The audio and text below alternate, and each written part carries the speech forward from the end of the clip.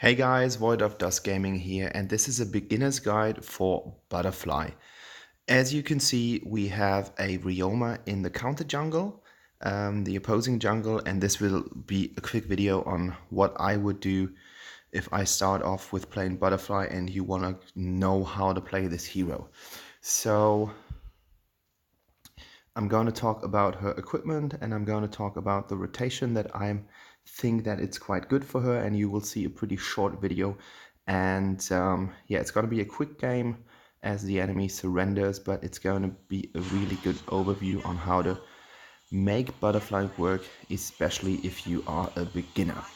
So, of course, the most important item for you is your jungle item, because it's going to give you the first health boost, because it is quite important from my experience to play Butterfly quite tanky. So you will have a tank with a high damage potential in the end, and you will see that I'm building almost no damage item, and you are still able to deal tremendous amounts of damage because of her abilities. So I start off at blue, and the reason why I did that is because I wanted to be on the opposite side of the Spirit Sentinel. Spirit Sentinel is always a really good thing to get early on to give you experience if you are able to get that. And then I just continue my jungle rotation, clear the left jungle, and right now I'm going for the right hand jungle to get the red buff, and I will always use my punish quite late on the sage golems. That is like key to success, because sometimes you have a counter jungling aspect in the game where the opposing jungler will try to farm your jungle in order to bring you to a lower level and to steal the experience points from you. And you will see in this game that I'm doing this thing with the enemy jungle. So the first goal that you have is to get to level 4 as quickly as possible. And this is true for every jungler, but it's really important for Butterfly, because it will unlock your ultimate, and your ultimate is the main source of mobility, because you can jump to targets, and the big thing about it is your passive resets all your abilities as soon as you kill an enemy or you get an assist on that. So that is something that you will see me do a couple of times in this game. And using my ultimate on the Abyssal Dragon was a mistake, as you will see in this video, because I could have gone for the Joker. Luckily, my Gildo on the team was able to get the enemy, but here you could see a really nice reset, and I'm going in for the kill, and Gildo succeeded in going for the kill and getting the kill, so that was a really nice situation. But you can see mobility is key to success with Butterfly. That's like the most important thing, and we were able to get the tower because I was pushing with my team, and that's something that you should always be looking for, like opportunities where you can actually support your team in order to do so. And as the red buff was free of contestants, like the Ryoma wasn't in the jungle because he was killed during the rotation, I knew that this red buff was pretty free to get. And you can see here how mobile she is. That was like the perfect opportunity to go in. And luckily for me, the Illumina is doing her like one, and the getaway. She was activating her one for the second time, and I was blown out of the reach of the turret.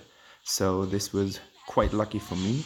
And in this situation, I don't know why the Max was actually doing something against us and trying to get back, because it put me back into position.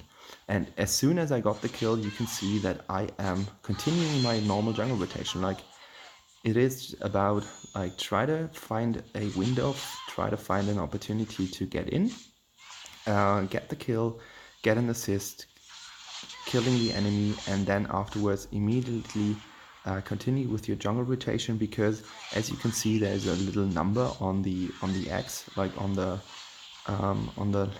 Leviathan X, and that is giving you a buff. Like the more stacks you have from the jungle item, the more you will benefit from it. So the item gets better every time you get a stack.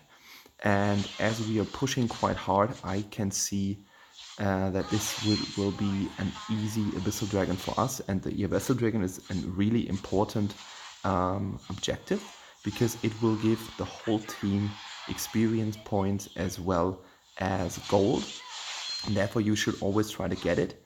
And you see how much damage I do even while having no real damage item at all. Like I'm still building a tank build, but Butterfly's abilities make her so strong that you don't really need items, and you will benefit from armor and tank items because that makes her just more versatile in team fights, and you will come out of team fights more alive if you build tanky items instead of things such as rank break or something like that. Like you can still do that, but if you do that, Butterfly becomes really squishy, and you will benefit most from her if you have tank items, and you will see that in this team fight. Like look how low my items get, but with my ultimate I'm able to go in here, and I would have been able to get the Joker if he wasn't killed by my team. So that is how good she is. And then we continue straight on to damaging that turret to get the turret, because that's the main focus. Like you should get all the objectives such as Abyssal Dragon, stuff like that, but here we put so much pressure with 15-0 on the enemy that he surrenders.